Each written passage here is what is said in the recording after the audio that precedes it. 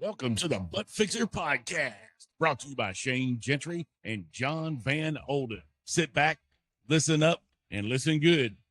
You're going to hear it all right because we've already done it all wrong. We're going to help you meet your goals and fix your butts. Welcome to the Butt Fixer Podcast.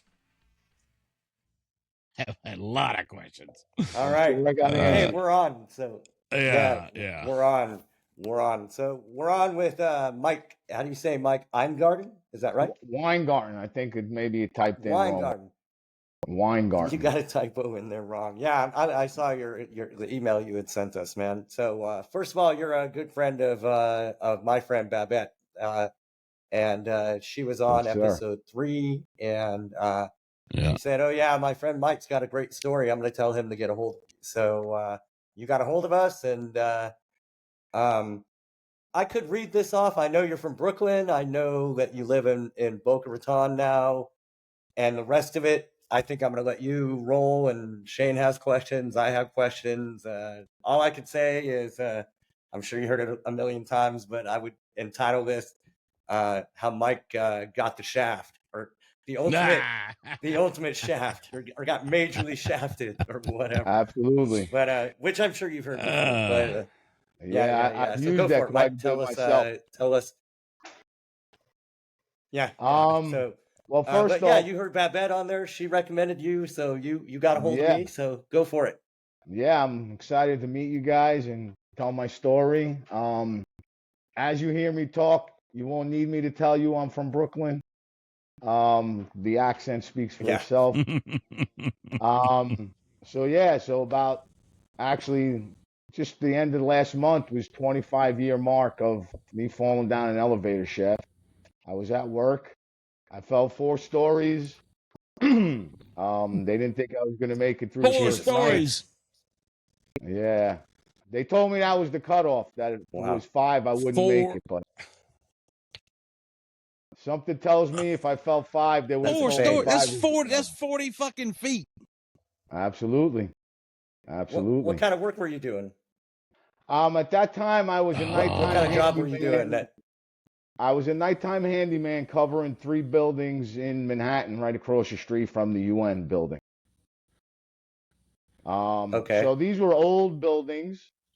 They had the service elevators that were manually operated, where the guy closes the gate and puts the handle down and you go up and down. So from time to time, they would get stuck because as a safety measure, there were contacts on the door that was in the hallway. So the air pressure in the shaft would cause one to maybe separate and would stop. So the normal protocol was you would get on the radio and say, "Hey, I'm stuck. All right, what was the last floor you were at?"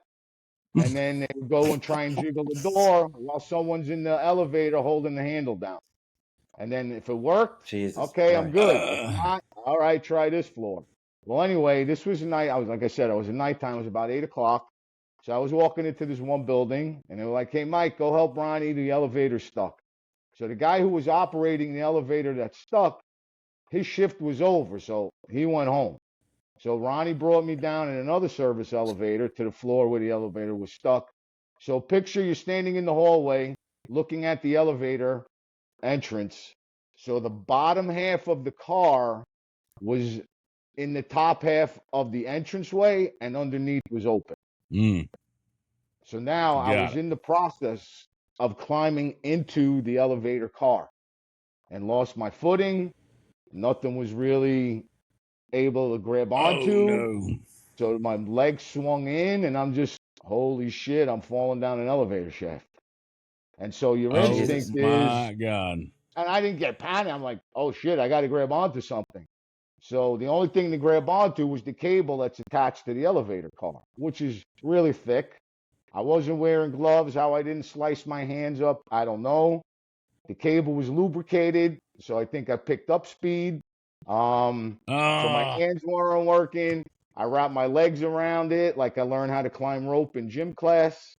That didn't help. And then, boom, like, that hurts. Oh, fuck. And so, fortunately for me, fortunately for me, maybe not for Ronnie, but he's seen this happen because he was going back into his elevator, and as he turned around, he saw me go down. So Damn. Oh he was able shit. to, he's like, Mike, stay there. I'm calling 911. The ambulance is coming. So there I am at the bottom of the elevator shaft. I was like, all right, that hurts. I don't think I'm walking this one off. And I've always been a tough person and high threshold for pain. I'm like, all right, they'll probably hold me for 12 hours observation and then release me. So I lived in Brooklyn. This was in Manhattan. So I used to take my car to the train station. So I'm sitting there thinking, okay, where did I park my car? I got to tell my friends so I don't get a ticket if it's there too long. And then I scooched You worried about getting a fucking parking ticket after you fell 4 well, listen, floors? I had no idea what the damages were. I was just like, oh, and I don't know if my body was in shock that I wasn't the Yeah. adrenaline, I wasn't Yeah. feeling the pain. But I was just like, all right. But I'm very level headed, and I always try to keep, even steady. Holy crap. So So how'd you hit? It sounds like you so hit feet first, huh? it's interesting because the name of this show is Butt Fixers, right? So I landed on my butt. Wow. And so Wow. I landed on my butt. And I I failed or committed the number one mistake a handyman is I had a screwdriver in my back pocket, which you Oh, shouldn't God. do in case you fall off a ladder, not because of an elevator shaft. Or an elevator shaft. So I wound up, and I didn't know at the time, but I wound up fracturing my left hip, which I believe has to do with that the screwdriver was in my back pocket. Oh. So I'm sitting there and I'm like, all right, I'm getting weak a little bit. I'm like, all right, I can't just sit here. I'm waiting for the ambulance. I go to scooch back to get up against the wall. And I'm sitting there and I'm like, while I'm waiting, where's my cigarettes? I used to smoke. I don't smoke now. And I'm like, oh, they were over there. I was like, I didn't feel like dragging myself to go get it. It just seemed like too much. Not that I was in so much pain at this point, but then as I'm sitting there, I'm getting weaker. And like, I need to lay down. And it's nasty at the bottom of an elevator shaft. So there's all this sludge and garbage, and grime, and dead bugs. But I couldn't sit upright. I was that weak. So finally, ambulance, they climbed down, took all my clothing off, my shoes, put me in a scoop basket, put a collar around my head. And I'm like, nah, my neck doesn't hurt because it was really uncomfortable. They're like, no, we need to do it for precaution. So they lifted me up. They put me on the gurney, rolled me out. And once I got in the ambulance, I'm like, all right, I'm going to go to sleep now because they're taking me to the hospital. And then apparently I was losing a lot of blood. They said they gave me like 27 units of blood, and the average person is 12 to 15 units. So basically, I tore open the taint, if you know what I'm referring to. Oh, Jesus Christ. Wow. This just keeps getting fucking worse. Worse and worse. God. Yeah. And I didn't know. So I'm in there and they make me sign all these papers. I don't know what the hell I'm signing. I remember them saying, hey, how much blood do we got coming? We need more blood, because they didn't really know where it was coming from. So they were stuffing me with gauze, hoping it would stop, which is why they didn't think I was going to make it through the first night. So while I'm laying there in the emergency room, they're like telling me to talk, and I'm cracking jokes. I'm like, do you need me to say anything in particular? They're like, nah, just talk. So I'm like, all right, what's the score of the Yankee game? They're like, wow, you must be a fan if that's what you're asking. I'm like, that's the first thing that came to my head. So anyway, I'm laying there. Now the pain's starting to come in. And I'm like, listen, doc, you need to dope me up now because it really hurts. They're like, no, we need you to stabilize. So I'm thinking like my heart rate and pressure is sky high. And I'm like, is there anything I could think of that could help me calm down? Like picture a tranquil setting with a hammock and a coconut drink with an umbrella and palm trees. And they're like, no, you don't have enough pressure. So because I was losing that blood, they were like, I think I was like, one number was at 40. They told me if I hit 37, I was done. So I'm like, okay, whatever. I'm like, all right. So I'm trying to hang on to something here to give me some peace. I'm like, how long is it going to take you to put me out once I am stable? Yeah, they're like 10 seconds. Like, all right. In the meantime, could somebody turn my leg? My leg felt like this. So my toes are pointing up.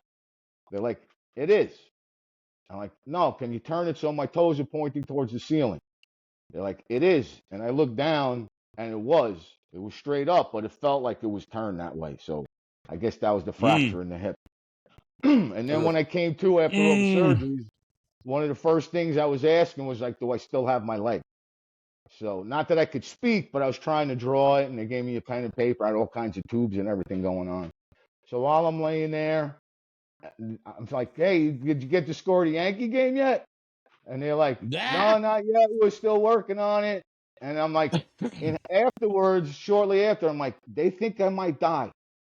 So make up a fucking score. Because if I die, let me die thinking the Yankees will win it. And then further out from that, I'm like, maybe they felt I'd hold on, waiting to hear the score. So they were kind of like dangling that in front of me to stay awake. So yeah, so I woke up. Holy shit. You know, they had me call my friend. They like, can we call? My parents were living down in Florida at the time, and they were going through a thing where they just changed their phone number. I hadn't memorized it yet, so I didn't know. So they called my friend.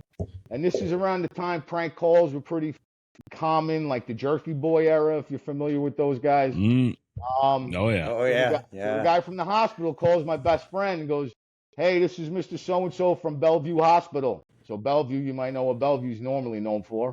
And we have your friend Mike here, and he's like, oh, yeah, it's about time you got a hold of him, because it's known for, like, the crazy people. It's like the psych, like, no, psych sir, ward this is, or something. Yeah, the psych ward. So he's like, no, this is a serious incident, whatever, he fell. So then they called my girlfriend, and I was just like, hey, I fell, it's bad, they got to operate, I love you, okay, and that was that. And then I was out, and then I don't remember anything till I woke up. So they wound up telling my girlfriend went to the hospital. They were like, where's his parents? Like, down in Florida, like, they need to be up here, because they thought that I wasn't going to make it. So maybe decisions needed to be made at that point by somebody who had the authority, I guess. I don't know. But anyway, so that took a toll on my parents, especially my father. My mom was saying when they were flying up, like, they're not telling us everything. Oh my God. And I'm an only child, so I'm everything to them. Then my girlfriend's brother had arranged for a limo or a car service to pick them up at the airport. My father was so frantic, he didn't see the guy with the sign looking for them, and he hopped in a cab and just shot over to the hospital. And then, so I had multiple surgeries, including the hip fracture. I had all kinds of tubes and oxygen and wires and everything. I remember I thought I was calling the nurse, hitting the nurse button, but it was really to get a hit of morphine. And I didn't know that, but the nurse never showed up, and it didn't matter because I felt a whole lot better. Yeah, exactly. Hey, that's a happy mistake. Yeah, absolutely. Dude, I cannot believe you blew out your tank. How old were you when this happened? Oh my God. I was 33 at the time. I'm 58 now. Okay. All right. Wow. 58. Yeah. That's how old I am. So, man, all right. Wow. That's crazy. Do you have a full recollection of the whole incident happening? Sometimes when stuff like that happens, people don't remember it. You remember the whole thing all the way down. I believe I have a good recollection. Then when I was in ICU and me and morphine became good friends, there was all kinds of hallucinations going on that most of them I can recount. It was pretty interesting. There were times where I felt like I was floating over my bed, like I was 3 feet above my bed. And I'm very sometimes too logical. I'm like, you're not levitating. So I just started thinking about what it felt like to be laying on the bed. And the more I thought about that, I felt my body lowering until I was on the bed. One of my favorite things was that they were taking me down to the OR for something, and they had me one of those portable EKG machines. Blip, blip. Oh, there we go. So I'm looking at it, and it turns into an infomercial. And out from behind the curtain, like kind of Johnny Carson style, was my doctor addressing the audience. So he's talking about all these different things, and then it got real weird and crazy where I'm imagining like a an expose that these places that act like hospitals aren't really hospitals. So it made me think I was in one of them because I got hurt on the job, so I had good insurance with workers' comp. And then I woke when I was having issues with the doctors. I was Mm. it was crazy. It was crazy. And then when my girlfriend came the next day, I'm telling her, listen, this place is fake. Find out who owns this place. I don't think it's a real hospital. They're taking advantage of me with the insurance. I told her I got out of Ah. it. I pulled my IV out of my neck, which I did. I said I Oh, got up, I jeez. scuffled with a doctor and all of this stuff. And then she was outside the ICU, like crying, and my doctor came and saw her, like, what's going on? Something happened? So she proceeded to tell him what I told her. He's like, yeah. She's like, yeah? Like, that's not made up. He really did that? She's like, listen, he didn't get out of bed because he put any weight on his leg, he would have went right down. But listen, he's heavily medicated, so it's not un unusual for this to happen. So don't worry about it. So yes, I was 30 days in ICU. My Good Wow. mind God was always, Almighty. yeah, my mind was always strong. I've always been like, well, if it's going to take the average person 6 weeks, it'll take me 4 weeks.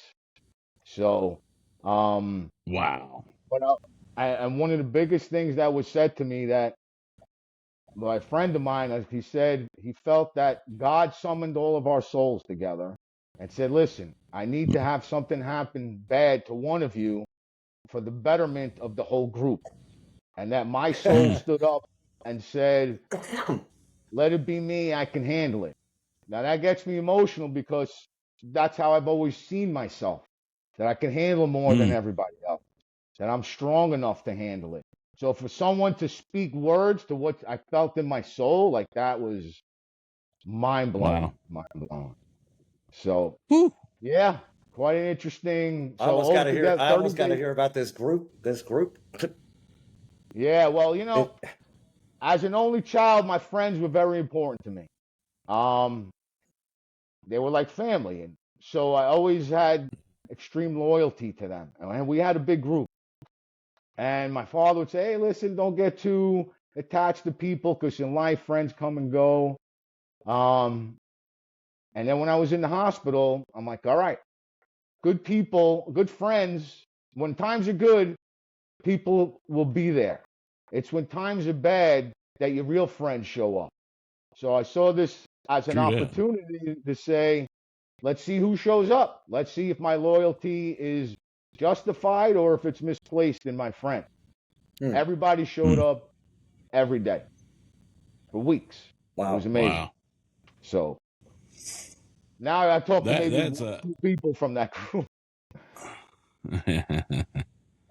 that's Yeah. that's an amazing mindset to have in the middle of the craziest thing that I've ever personally met somebody that's been through. That is crazy. Yeah. Holy Like crap, I, dude. my mind, I work very logically sometimes. I've gotten better with my emotions, but it's just, all right, Yeah. let's be logical here. Um, so yeah, so it was 30 days in ICU of not being comfortable and not being able to get out of bed and all kinds of tubes. I had infections, fevers. Um, Oosh. yeah, like I said, the Whew. hallucinations. Just to let you know, with that pump with the morphine, you can't get a hit every time you hit the button. They regulate that. Like there's a normal drip that you get, but you can only hit it so many times per hour. Like that's their like prescription, if you will. So I couldn't just Yeah. be Right. sitting there all day like, hey, I'm so happy. But yeah, and then so Wow. over then when they took that Whew. away, they were like they made it less often. I was not happy. I was in a lot of pain. But then they moved me to a different ward. So overall, I was a little over 2 months in the hospital. Now, not, I Jeez. remember, and certain things happened to me in there. Like I didn't know where it came from. Like I wasn't a religious person, although I went to a private school. But I would lay there at night and talk to God and pray and say, "Thank you for it not being worse, and help give me the strength that I need to deal and face with whatever's ahead of me." Not like, oh, make it all go away and let me be 100%. And then I read a book called When Bad Things Happen to Good People that basically sums up that's what you should do. Don't ask to make the disease go away. Ask for the strength to deal with Right. whatever it is you're dealing with. And then a Yeah. social worker would come in to check on my mentality when I was in ICU. And they were like, oh, do you sit there and ask yourself, why me? I'm like, no, because that does not going to help me. I ask, what can I do to help myself? And I don't know where that came Yeah. from Right. because I didn't start my personal development journey till after all of this happened. So I don't know if it was a previous life or whatnot, but I was just, whoa, I came up with that on my own. No one told me that. So, interesting things. And ultimately, I tell people this is something that happened for me and not to me because it gave me an opportunity to design a different path in life. I was underachieving at the time. I felt God said, listen, I gave you a strong back and a sharp mind. You've only been relying on your back. Now you got no choice. Now you got to use your mind. So during the All right. time of recovery and rehabilitation, I started educating myself. I'm like, all right, I got to learn how to make money work for me because I don't know if I'm going to be able to work for money after this. So I read Hmm. Rich Real Dad quick, Poor Dad. what was the inventory of like what exactly like what were the extent of the total injuries of falling 4 stories down an elevator shaft for you? Well, one of the things besides the hip replacement, was I severed my urethra, which Oh is the God. tube where the urine comes Y- through. Yeah, yeah, Yeah. yeah. Yeah, we know what Yeah. it is. You can tell by looking at us. We know what that is. Yeah. Absolutely. So yeah, so they put a tube in I don't know there if and I just, want to hear anymore. yeah, I mean that's mostly the extent of it. I mean, some other Yeah, no. smaller stuff. But yeah, so they had to put a tube in and let it scar up to heal, to close up. Uh, So Oh my yeah, goodness. and you had so a that hip was one replacement of the right then two. and there in the hospital. They don't let it No, heal. no, actually They just the hip replacement was like 3 years later because being I was so young, they said, listen, you're gonna tell us when it's time because okay. it's more difficult to replace a replacement, at least at that time, than it was to do it the first time because the way they did it was they would, drill out your thigh bone, fill it with cement, and put a rod in there that had the ball on it and create the ball joint. And so if you had to do it again, now you had to clear out that cement. So you could only do it so many times in a lifetime. And at 33, Yeah. at that time, they were maybe 10 to 15-year life expectancy of these prosthetics. So Hmm. I'm like, I hope I need 4 of them, meaning I live that long. So, but they were Yeah. like, you'll tell us. So I asked for pain meds. They were like, no, because that's going to mask the problem. If we want it to be where you can't take it anymore, and that's when you can have the surgery. So they gave me Wow. anti-inflammatory. So, and they told me like 2 a day, but I only took 1 a day because watching sports, I knew athletes that would eat anti-inflammatories like they were candy and wind up destroying their stomach lining. So I would only have 1 a Mhm. day. If I went out with my friends, like eventually I got to a point because for the first 4 months I couldn't put any weight on my leg. Then I did like toe touch, which was still no weight, and then I had to gradually build up to that. I had physical therapy coming to my house. Um, and then eventually I went to a facility. And one of the things I learned during physical therapy, because I was getting frustrated because she would take me outside to go for a walk. So I was walking with crutches. I was getting frustrated because I couldn't walk as far as I thought I should. And going back to what my soul, like, oh, I'm stronger than everybody. So kind of strength was an identity of mine.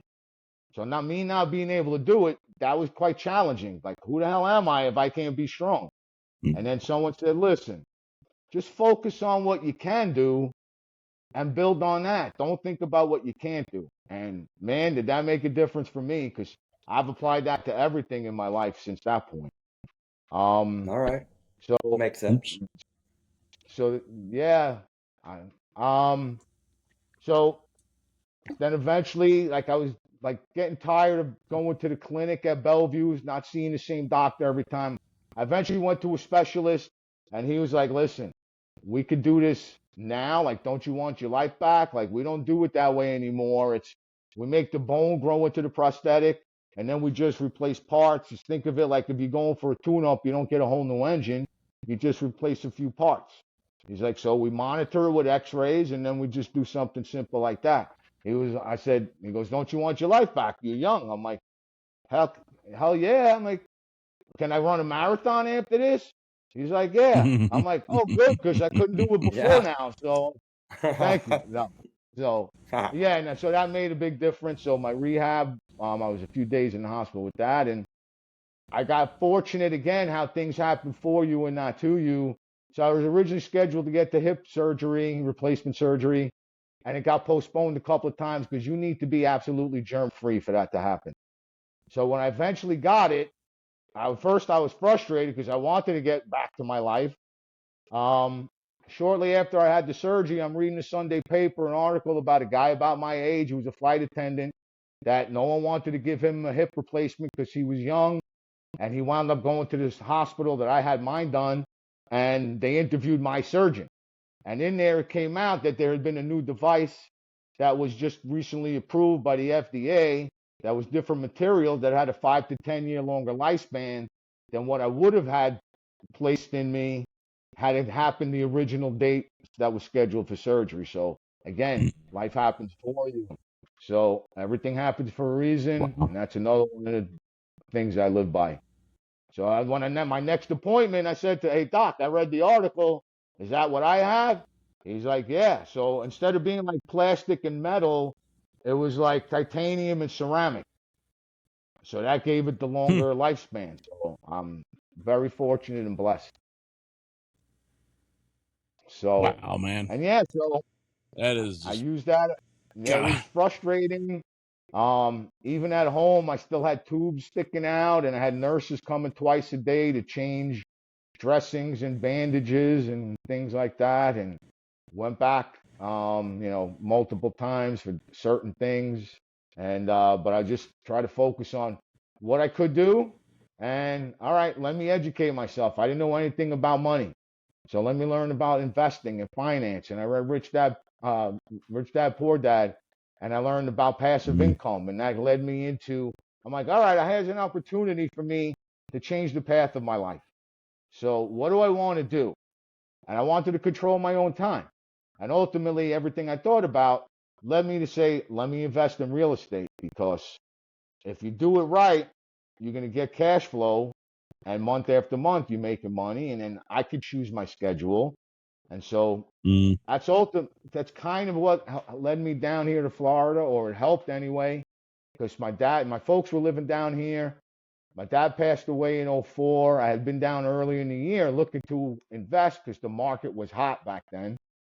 And when he passed, I came down to get my mom situated. And a realtor I'd met earlier in the year, knowing I was looking to invest, called me up, not knowing, and said, hey, an opportunity just came up. And I'm like, guess what? I'm in town. He's like, oh, shit, come on, let's go look. Obviously, condolences. And then we went, and so the place where I live now, I initially bought as an investment property. But my mom was down here on her own. She didn't drive. She was old school. She couldn't write a check if you put a gun to her head. And I just saw it as my father's hand making that happen, because I had no plans on moving down here. And she wasn't going to move back up to New York. So I was like, all right. So I stayed. I closed. I was really fixing up the place to rent it out. But my best friend was already living down here. He had a son that I'm the godfather to. Ironically, I met a girl from Brooklyn down in Florida.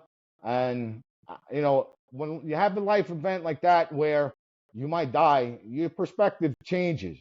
And so my friends that were such a good group, like I was starting to grow apart, because I realized, like, man, we've been doing the same shit for the last 10, 15 years and nothing's changed. And I don't want to live like that anymore. So I needed to branch out on my own and spread my wings, if you will. And so everything was telling me to stay in Florida. And so I did. And here I am. And I'm grateful for that. I don't look back. Whenever I go back to Brooklyn, I'm like, yeah, it's nice to visit, but I wouldn't want to live here anymore. It's a whole lot different from when I lived there. Are you in Um, a single story place now? I'm in a townhouse. Ha ha. It's funny. People ask me like, "Hey, Mike, are you afraid of getting into elevators?" I'm like, getting in is that the problem is getting in, not being in it. If I got in, it wouldn't have been an Yeah, issue. yeah, I Yeah, didn't that's make true. it in. I'm not worried about riding in them. yeah. So, God, mighty man. um, yeah. So, and that just Mm. really changed things and put me on a path of personal development because I'm like, all right, I was more depressed than I realized. My girlfriend at the time, we were shaky at that point, and she was there every day, and I'm grateful for that. And once I got home and I was settled, that she kind of disappeared. So that was tough to handle. I'm like, man, I'm dealing with all this stuff, and she's not here. But Mm. it made me stronger. So I'm like, all right, I got to work on my mindset and try to make myself stronger and control my thoughts. So I started reading books. Got into Tony Robbins. um, and I've been on that journey ever since. And that's ultimately the Tony Robbins connection is how I know Babette because we met through a group that's been to Tony Robbins events. Okay. So, Mm. Okay. um, Were and now, you like pretty well recovered by the time you moved to Florida, or did you still have recovery going on when you went out there? yeah, no, I'm pretty much I was at where I'm at. Everything that needed to be done, that could be done, was done at that point. So, All other right. than How long every have you once, been in Florida now? I'm here 20 years. October will be 20 Okay. years. All right.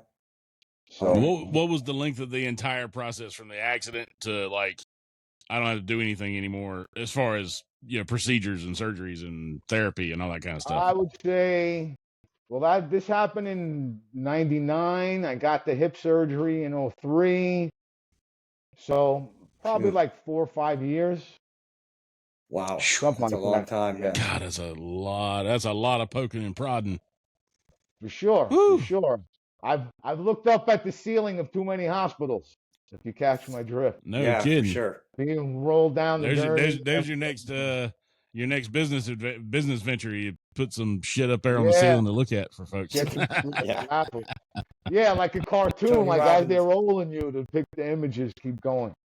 But Yeah. yeah, again, with all of that happened, I'm grateful because it gave me an opportunity to take my life in a different direction.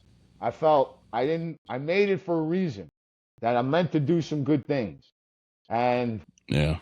that's what I try to do. I try to help people. And now another part of the story is a few years ago I started on not with the intention, but I've worked out, I've exercised every day for 1,330 plus days.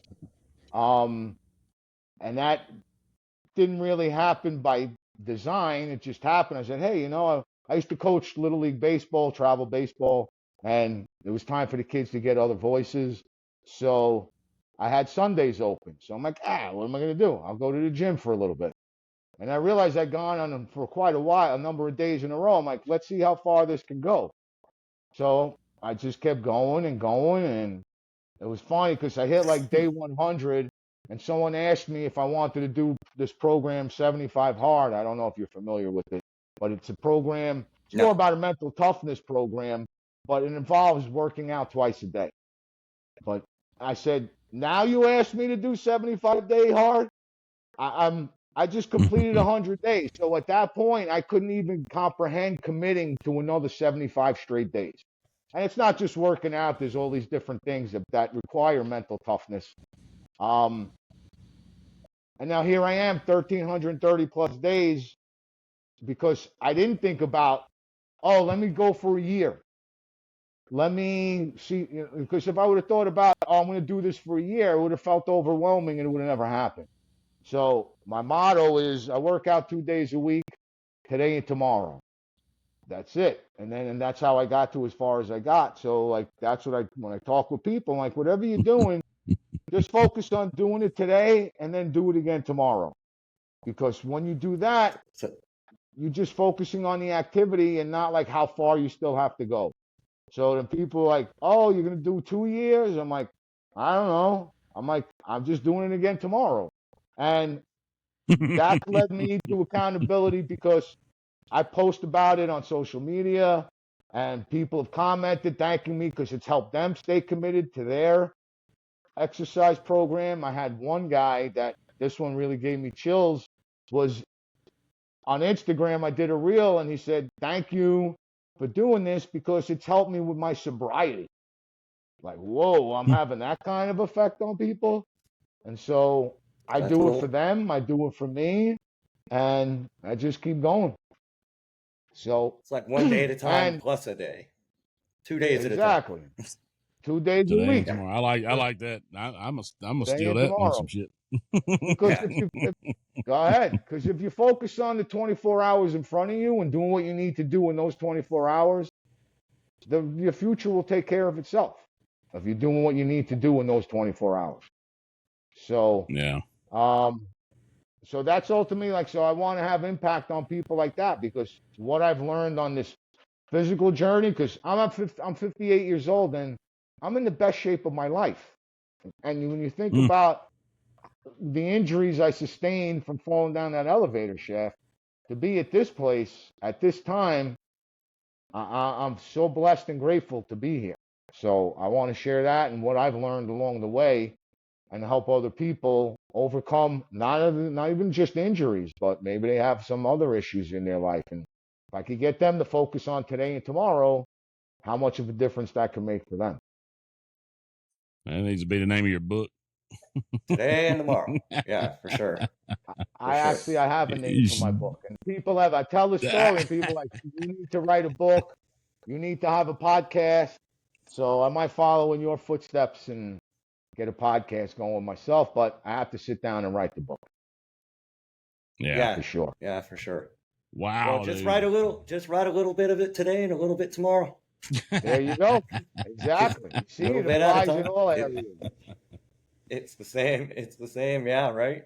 So, like I should God, tell I you, am I just can't find the discipline for. I mean, I got some discipline with some things, but trying to stack it Right. is still a challenge. You know, Well, I've made a John, lot of here's the changes in one my thing life in the last few years. I hear you. I mean, how long you been in Portugal? It's been 2 years in the making here, and I finally closed on my house here about 4 months ago. And but I'm still back Okay. and forth. I have a young daughter who's here right now.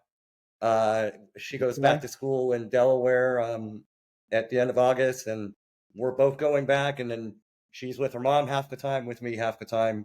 So when she's with me, I'm Okay. in Delaware, and I'm going back and forth. So Gotcha. Why and Portugal? it's been, I mean, that's been a long time dream of mine to be able to do that, and I'm pretty happy that it's happening. And it Cool. was many times, I like, Shane will tell you, I'm like, geez, I don't know if I can do this. I don't know if I yeah. should do this. This is crazy. Shane says it all the time. You're a crazy motherfucker. Right. Yeah, I can't believe you did that, Yeah. but, That's wild, dude. yeah, Yeah. But you see, John, you So did it because you wanted to.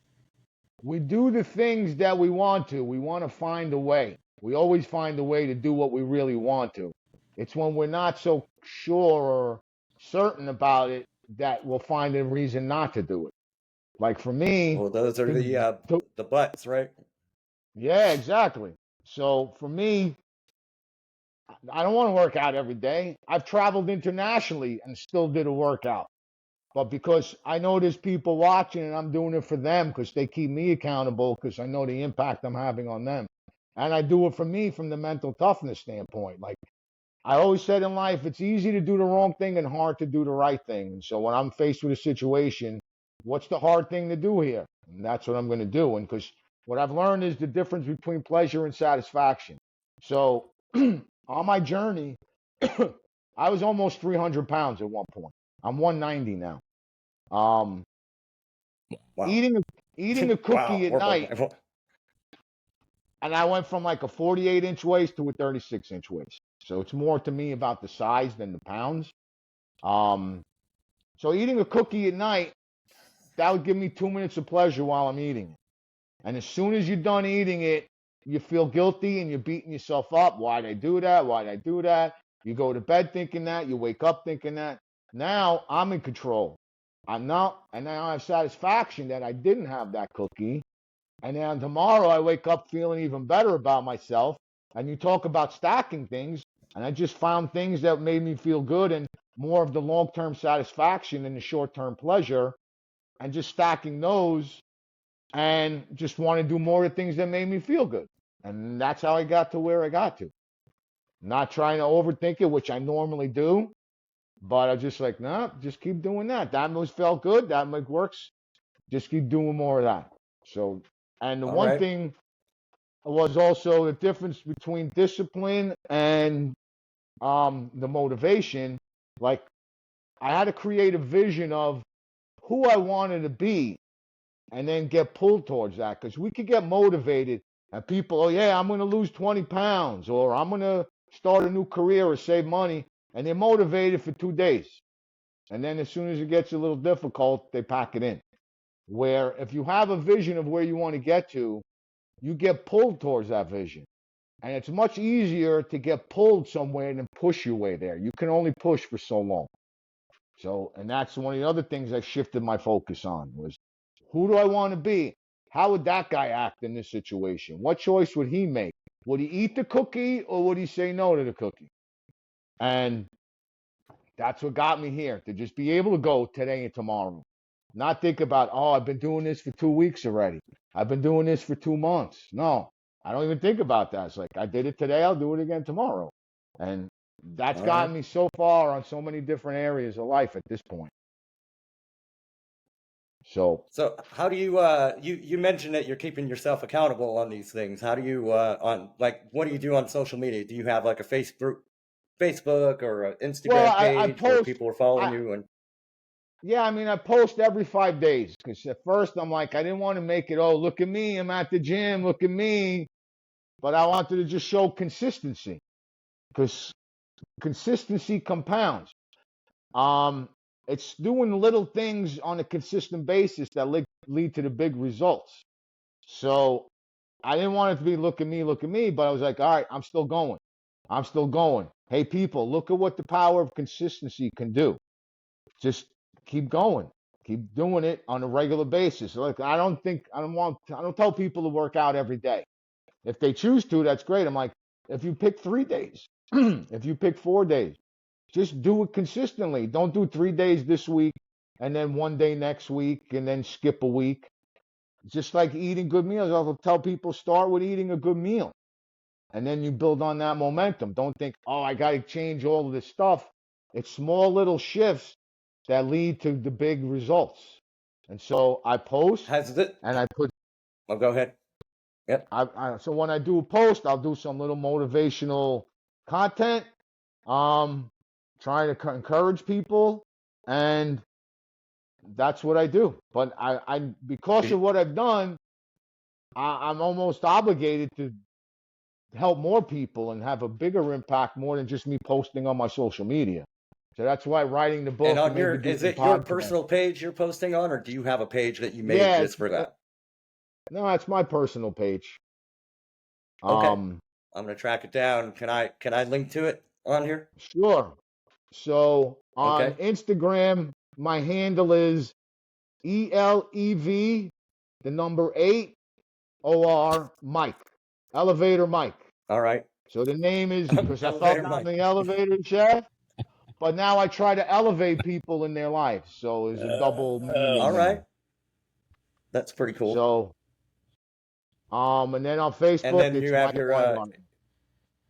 okay, and I'll find you through Babette, I'm sure. So Yeah. I'll get on that.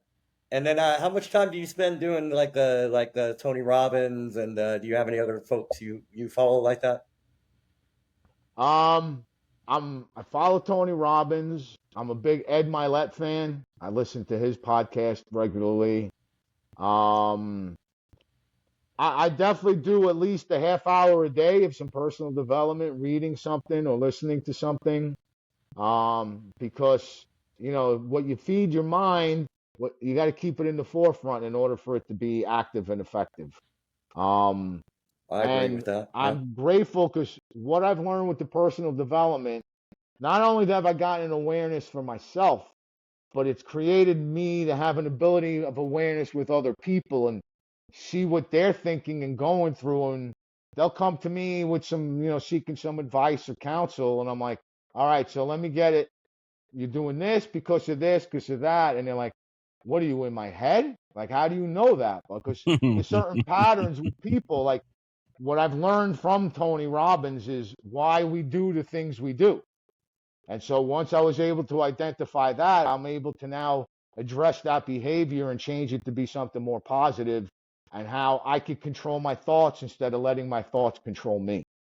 And that there's a big All difference, right. because your brain is designed to protect you, to keep you from risk and danger. So when you want to try something new and like, no, go with what's easy, or that voice in your head that's like, no, you've been good for 2 days, you can have that cake. Or you've worked out 4 days in a row, you could take a day off. I don't listen to that voice. Now I talk to that voice, and that voice doesn't talk to me. So, All right. and it just, your diet isn't just what you put in your body, it's what you put in your mind. So if you put good stuff in, you're going to have good stuff come out. If you put garbage in, you're going to have garbage come out. So I try to feed my Yep. mind with good, empowering stuff. And that's, when I look at other people, it's given me the ability to help other people, which that fills my soul. When do you think you made the so obviously, okay, so pre elevator shaft, what, you were not working out every day. You were I mean, where did the Nah. shift, Yeah, I was. I was doing what 12-ounce curls every day. That's what I was doing. yeah, all right, yeah. And where did the where did the shift come in your recovery then? Well, because I In feel like, like at what part, not where did the recovery come, but at what part of your right. physical recovery and from the accident happened did you kind of begin to shift your mindset? I did it early on, because just trying to be stronger and better. Like, all right, I got a new path to forge here. But ultimately, it was a while before things really clicked. So I was good for a while, and then I was off the rails for a while, and then going to Tony Robbins events. I went to, I'd gone to an event maybe 17 years ago, one of his weekend events where I walked on fire. And you come out and you're feeling it and you're motivated. And that only lasted for so long. And then I'm like, all right, I was on a path where I was getting close to 300 pounds. Not really like saying, man, this is why you survived.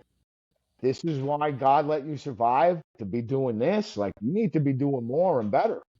So in 2019, I think it was, Tony Robbins had a live event down here in Miami. So I'm like, I got to go to that. It's right in my backyard. And so that shifted. That put me in touch with a group of people. Like, I needed to change my circle. Like they say, you're the average of 5 people you spend the most time with. I didn't have a circle. I had 2 people. So we were like a triangle. I'm like, I need a circle. So you got the wrong shape.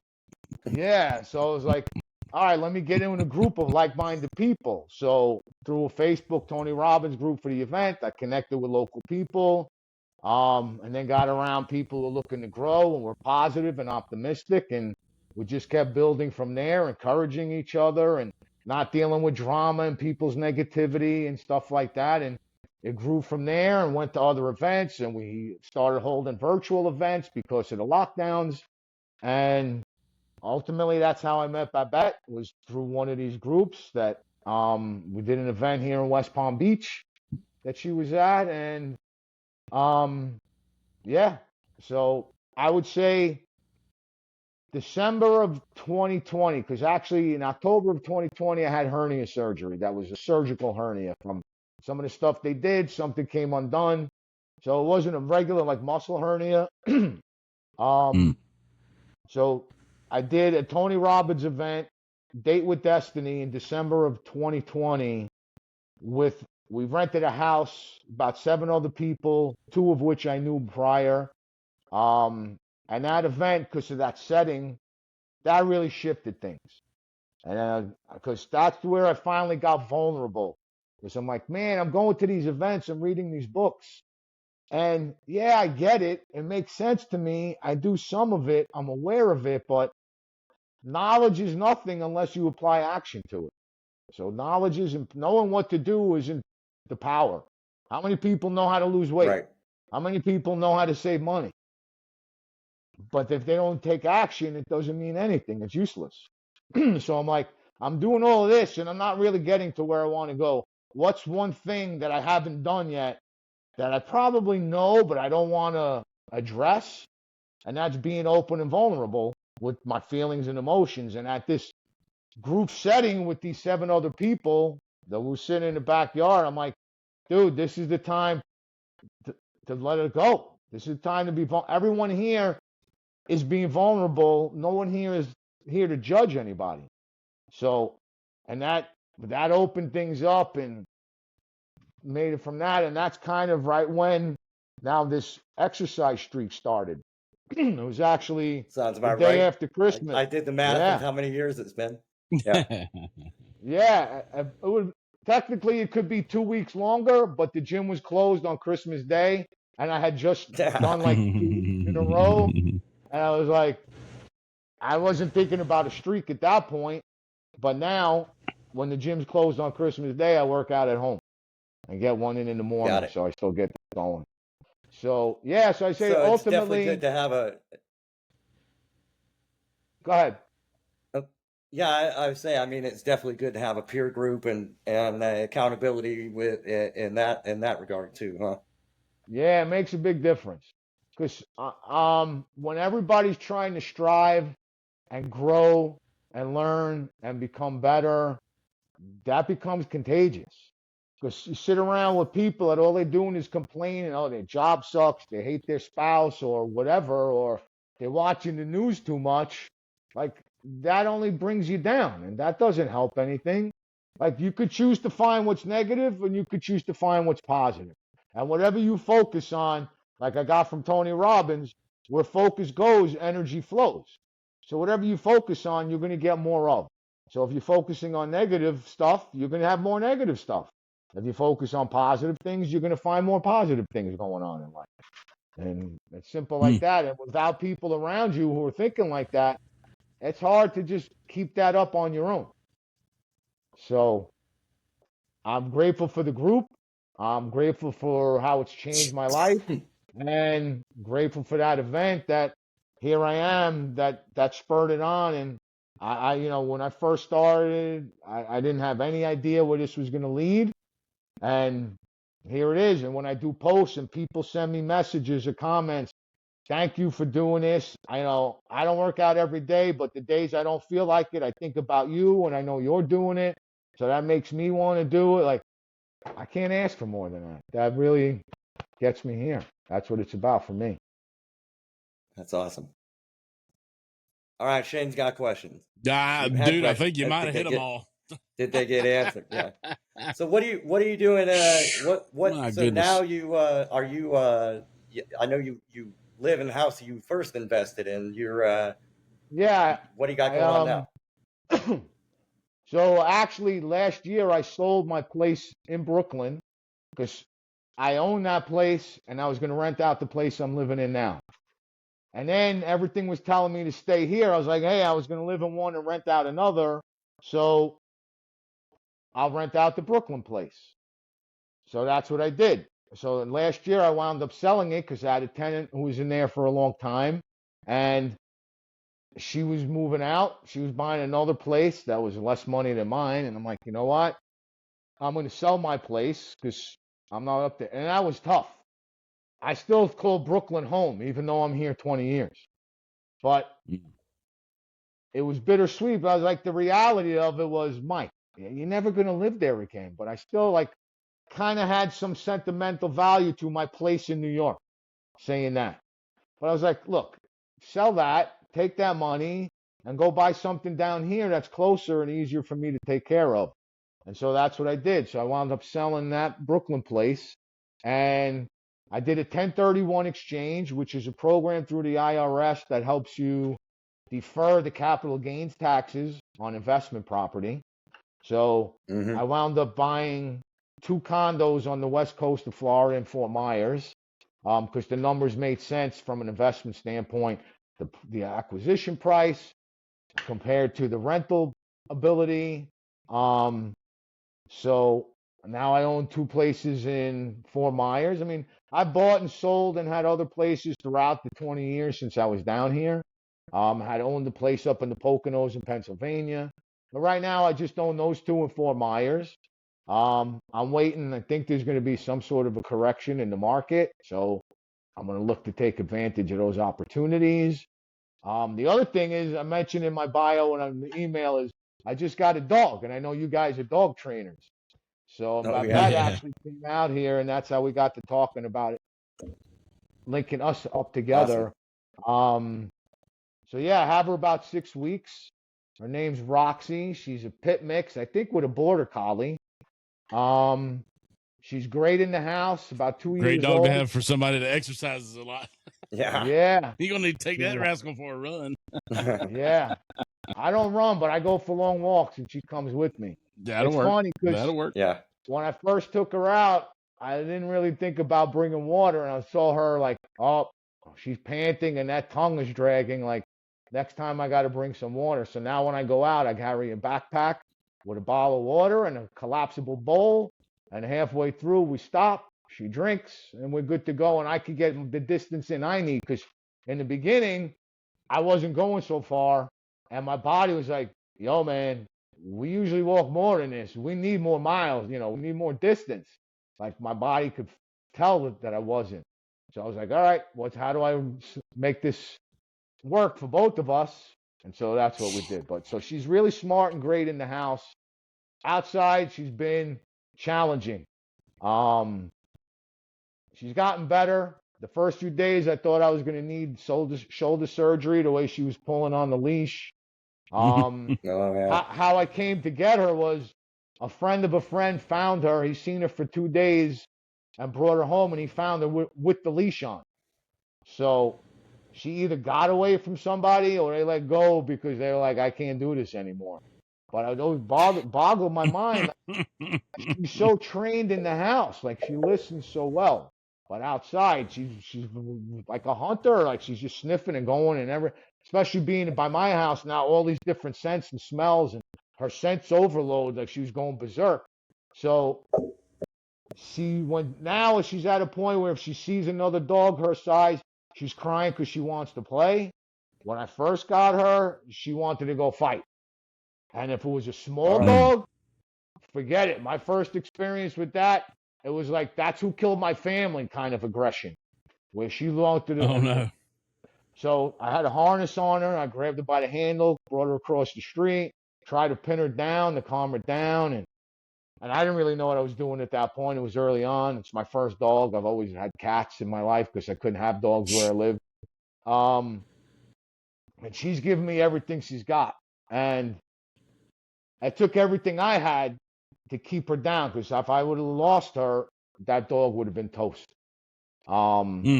And she's gotten better. So now, like, Babette showed me a few techniques, and they've been helpful, and I'll plan to be working with her. But now she has a little reaction, but then doesn't last so long. So, yeah. But yeah. Well, Babette will tell you, I mean, it's like working out every day or whatever. I mean, it's a lifestyle that you got to do. It's a 24/7, how you live with her. Sure.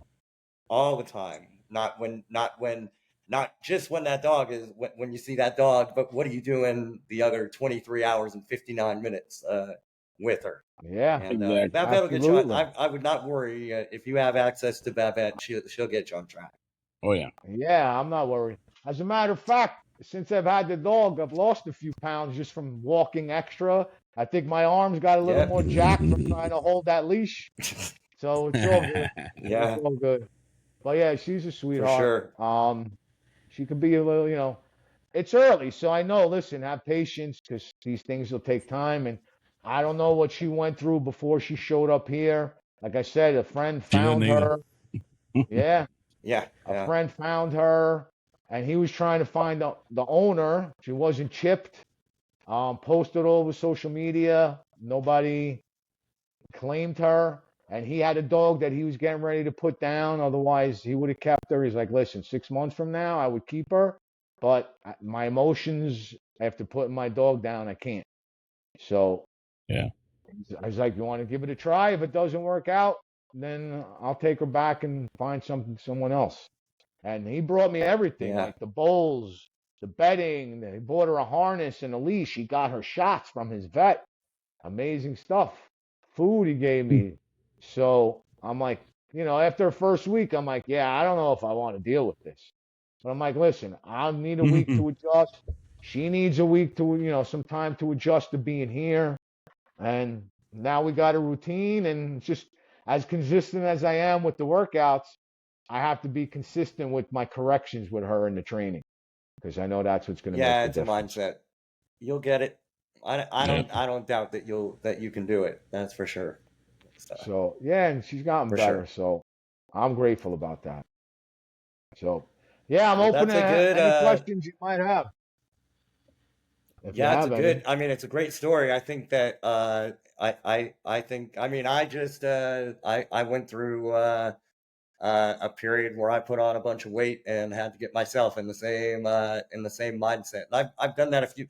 I haven't gained weight like I did, but I have had a couple of big challenges ahead of me. I climbed Kilimanjaro some years back, and it took me forever Oh, nice. to get in the routine to train to make that hike. And Wow. I've run marathons before, and it's the same thing. You get up, you run, and then you don't feel like doing it, and then you don't feel like doing it. And the days you don't feel like doing it start to go one after the other.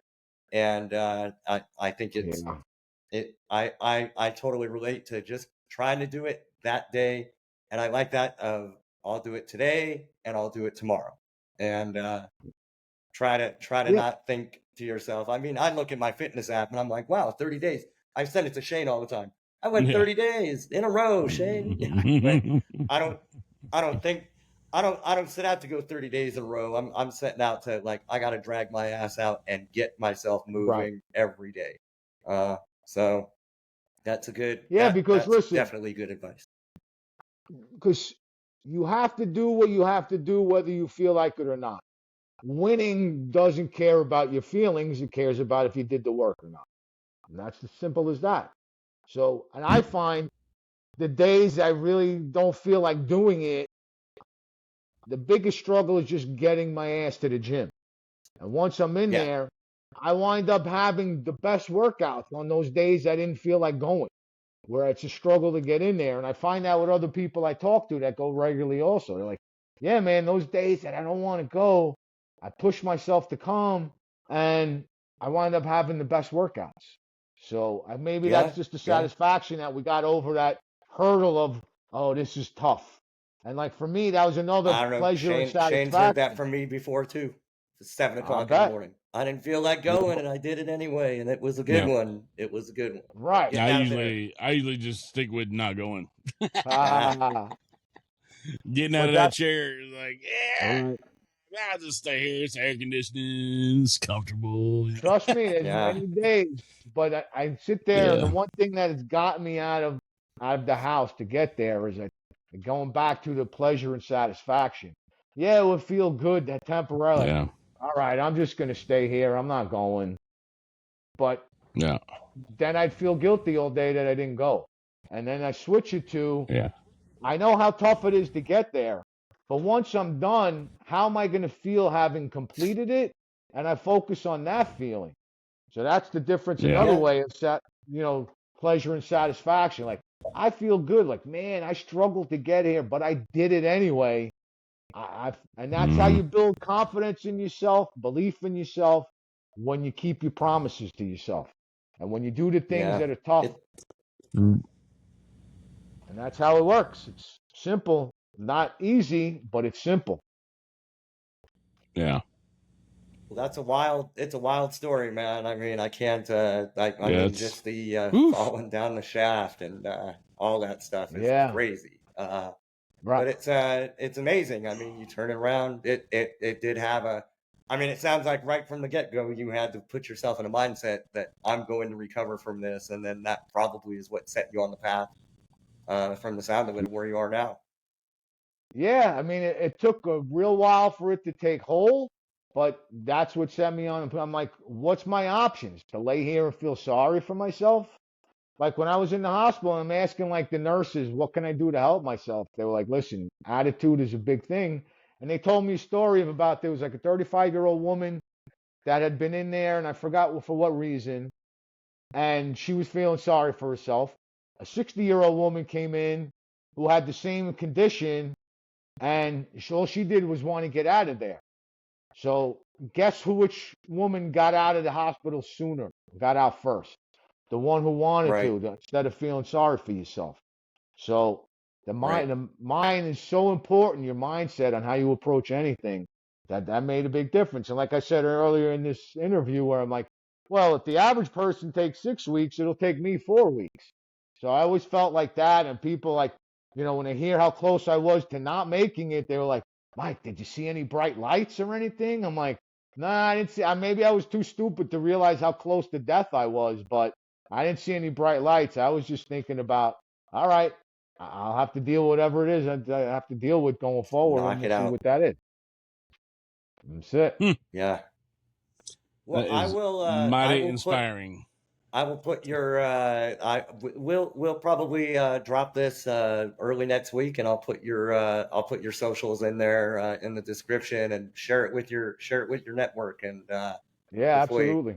if people haven't heard it, if people haven't heard your story out of your mouth, they're gonna hear it. They're gonna hear it soon, and hopefully, I'm sure you'll inspire a lot more people. So I I really appreciate. We appreciate that. I really hope so. appreciate having you on, Yeah. for sure. I'm wow. I had lots to say, but I got nothing.